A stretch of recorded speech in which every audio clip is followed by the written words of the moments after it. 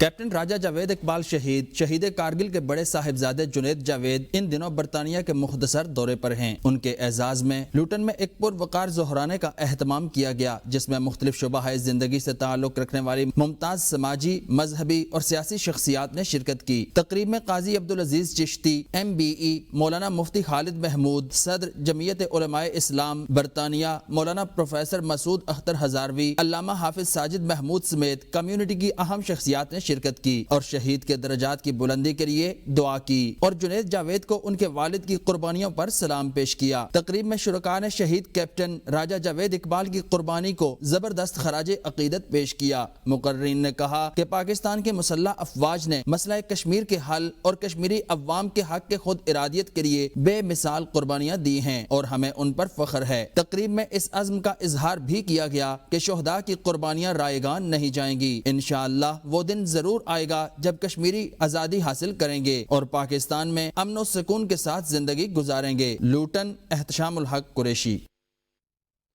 آؤ مل کر عید منائیں تھیم کے تحت GDRFA دبئی کا کمیونٹی ایونٹ امارات کے تمام علاقوں سے افرادی قوت عید الاضحیٰ کے موقع پر کمیونٹی ایونٹ میں شریک ہوگی۔ محنت کش گاڑیاں، موبائل فون اور سونا بھی جیت سکیں گے۔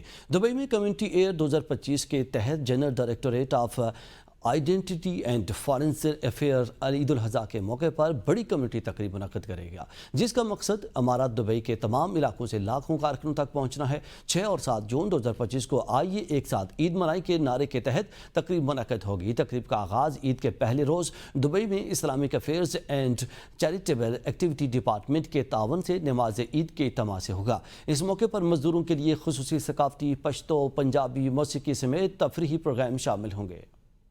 مکہ مکرمہ میں زمین سے فضا میں مار کرنے والا دفاعی میزائل سسٹم نصب کر دیا گیا۔ سعودی عرب کی وزارت دفاع نے اپنے ایکس اکاؤنٹ سے تصاویر بھی جاری کر دی ہیں۔ سعودی وزارت دفاع نے لکھا، فضائی دفاعی فورسز وہ آنکھ جو کبھی غافل نہیں ہوتی اور ان کا مشن خدا کے مہمانوں کی حفاظت کرنا ہے۔ پوسٹ میں فوجی ہیلی کاپٹر سے مسجد الحرام اور گرد نواح علاقے کی فضائی نگرانی دکھائی گئی ہے۔ چینی صدر شی جن پنگ اور امریکی صدر ڈونلڈ ٹرمپ کا فون پر رابطہ۔ بیجنگ کی وزارت خارجہ نے ایک بیان میں بتایا کہ یہ کال امریکہ صدر ٹرمپ کی جانب سے کی گئی تھی۔ وائٹ ہاؤس نے فوری طور پر رپورٹ پر تبصرہ نہیں کیا۔ وائٹ ہاؤس کی پریس سیکرٹری کیرولین لیوچ نے کہا تھا کہ ٹرمپ اور شی جن پنگ اس ہفتے کسی وقت بات کریں گے۔ یہ بات چیت ایک ایسے وقت میں ہوئی ہے کہ جب ٹرمپ نے چینی صدر سے معاہدہ کرنے کو انتہائی مشکل قرار دیا۔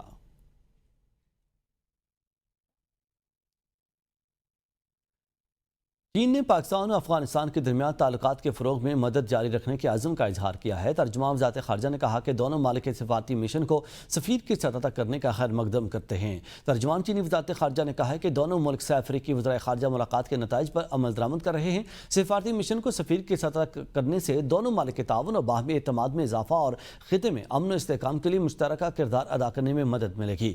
چین پاکستان اور افغانستان کے تعلقات کی بہتری اور ترقی کے لیے تعمیری کردار ادا کرتا رہے گا۔ ترجمان نے کہا کہ چین علاقائی ممالک کے ساتھ مل کر خطے میں امن و استحکام کو برقرار رکھنے کے لیے تیار ہے۔